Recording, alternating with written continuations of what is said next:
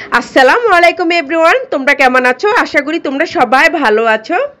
আজকে তোমাদের মাঝে নিয়ে হাজির হলাম ইউনিক একটা রেসিপি।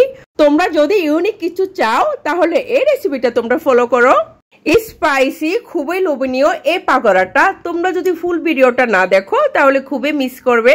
আজকে তোমাদের কাছে শেয়ার করব ইউনিক এই রেসিপিটা, আমার সাথে থাকো। আগে ভিজিয়ে রেখে দিয়েছিলাম ভাতের চাল। এখানে আমি ভাতের চাল নিয়েছি এক বাটির মতন, যেহেতু আমি দুইটা ডিম দিয়ে বানাবো। একটা ছাঁকনির সাহায্যে আমি চালটা শুকিয়ে নিব। এই পাকোড়াটা শুকনো চালের গুঁড়া দিলে হবে না। আমি চালটা হাফ শুকিয়ে নিয়েছি, পুরাটা শুকাই না। আমি ব্লেন্ডার ঝাড়ে আমি চালটা গুঁড়া করে নিব। তবে আমি ফুল গুঁড়াটা করব না, আমি হাফ গুঁড়াটা করে নিব, যেহেতু একটু ভিতরে আস্তে আস্তে থাকে ওইভাবে আমি করে নিব। আর তোমরা দেখতে পাচ্ছ আমি কিভাবে নিয়েছি, এইভাবে গুঁড়াটা করতে হবে। এখন আমি একটা মিক্সিং বলে আমি ঢেলে নিব গুঁড়াটা। তোমাদের একটু কাছ থেকে দেখাচ্ছি আমি আবারও। আর গুঁড়াটা কতটুকু করে নিয়েছি নিশ্চয়ই বুঝতে পারছো। চালের গুঁড়াটার সাথে এখন আমি অ্যাড করে দিব পেঁয়াজ। তবে এখানে আমি দুটো পেঁয়াজ নিয়েছি। তারপরে দিয়ে দিচ্ছি কাঁচামরিচ। তবে আমি এখানে 10টার মতন কাঁচামরিচ নিয়েছি। আর অ্যাড করে দিচ্ছি আমি ধনিয়া পাতা, স্বাদ মতন দিয়ে দিচ্ছি লবণ। আর আস্ত জিরা দিয়ে দিচ্ছি আমি 1 চামচের মতন। তোমরা চাইলে এটা গুঁড়াটা দিতে পারো। আর কালো জিরা দিয়ে দিচ্ছি 1 চামচের মতন। আর তোমরা চাইলে এটা স্কিপ করতে পারো, কোনো সমস্যা নেই। মরিচের গুঁড়াটা আমি স্বাদ মতন দিচ্ছি। আর সবগুলো আমি ভালোভাবে মিক্স করে নিব। আর ভালোভাবে মিক্স করতে হবে, একটু সময় নিয়ে তোমরা মিক্স করে নিবে।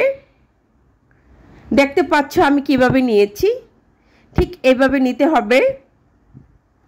যেহেতু এটা চাউলের পাকোড়া তোমরা ঝালটা একটু বাড়িয়ে দিবে। আর আমি 2টা ডিম দিয়ে করব। আমি 2টা ডিম দিয়ে এখন ভালোভাবে আমি মিক্স করে নিব। আর এখানে তোমরা আতপ চাল দিয়ে করতে পারো, কোনো সমস্যা নেই। আর আমি ভালোভাবে তোমরা দেখো কিভাবে মেখে নিচ্ছি। এইভাবে আমি 2টা ডিম দিয়ে ভালোভাবে মেখে কমপ্লিট করে নিব। আর আমি কোনো পানি অ্যাড করব না, যেহেতু আমি চালের গুঁড়া দিয়ে ডিমের পাকোড়া বানাই, তাই আমি কোনো পানি অ্যাড করব না। আমি ডিম দিয়ে পুরাটা কমপ্লিট করে মেখে নিব। আমি ডিমের স্মেলটা সহ্য করতে পারি না, সেজন্য আমি একটু লেবুর রস দিয়ে দিচ্ছি। তোমরা চাইলে এটা স্কিপ করতে পারো। তোমরা যদি চালটা বাড়িয়ে নাও তাহলে ডিমের পরিমাণটা বাড়িয়ে নিতে হবে।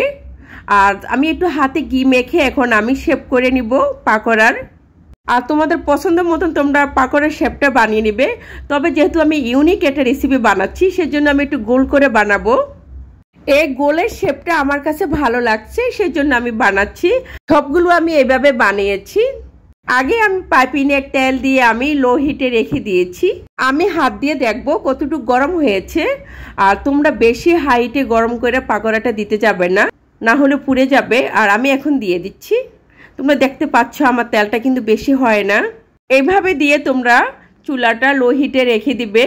আর তোমাদের কোনো সমস্যা নেই, তোমরা তাড়াতাড়ি করে নাড়তে পারো, কোনো ভাঙবে না এই পাকোড়াটা। এই পাকোড়াটা খুবই মুচমুচি হয়, কালারটা খুবই সুন্দর আসে। আর মেহমান আসলে ঝটপট করে বানিয়ে তোমরা আপ্যায়ন করতে পারো, যেহেতু এটা ইউনিক রেসিপি, সবাই খুবই পছন্দ করবে। প্রথমবার বানিয়ে খেয়েছিলাম, দ্বিতীয়বার তোমাদের কাছে আমি শেয়ার করলাম। তোমাদের সুন্দর সুন্দর কমেন্ট পেয়ে আমার কাছে খুবই ভালো লাগে। এইভাবে আমার পাশেই থেকো। কিছু পেঁয়াজ দিয়ে আমি পরিবেশন করে নিব। তোমরা চাইলে এখন গাজরও দিতে পারো, শসা ইউজ করতে পারো। আমার হাতের কাছে ছিল না তাই আমি দেইনি। শসা গাজর ছাড়া তোমাদের কাছে ভালো লাগবে এই পাকোড়াটা। সাথে থাকবে একটু সস। বিকালে চার আড্ডায় ব্যালকনিতে বসে তোমরা খেতে পারো এই পাকোড়াটা। তোমাদের আমি দেখাচ্ছি উপরে কত ক্রিস্পি হয়েছে, ভিতরে কত সফট। তোমাদের ভেঙে আমি দেখাচ্ছি, তোমরা দেখতে পাচ্ছ। এই পাকোড়াটা তোমরা যদি একবার খাও দ্বিতীয়বার খেতে মনে চাইবে। তোমরা ঝটপট করে বানিয়ে ফেলো চালের গুঁড়ো দিয়ে ডিমের পাকোড়া। তোমরা কি কি রেসিপি দেখতে চাও আমাকে কমেন্টে জানাইও। আজকের মতন এই পর্যন্তই, আবারও ফিরে আসবো নতুন রেসিপি নিয়ে। আল্লাহ হাফেজ।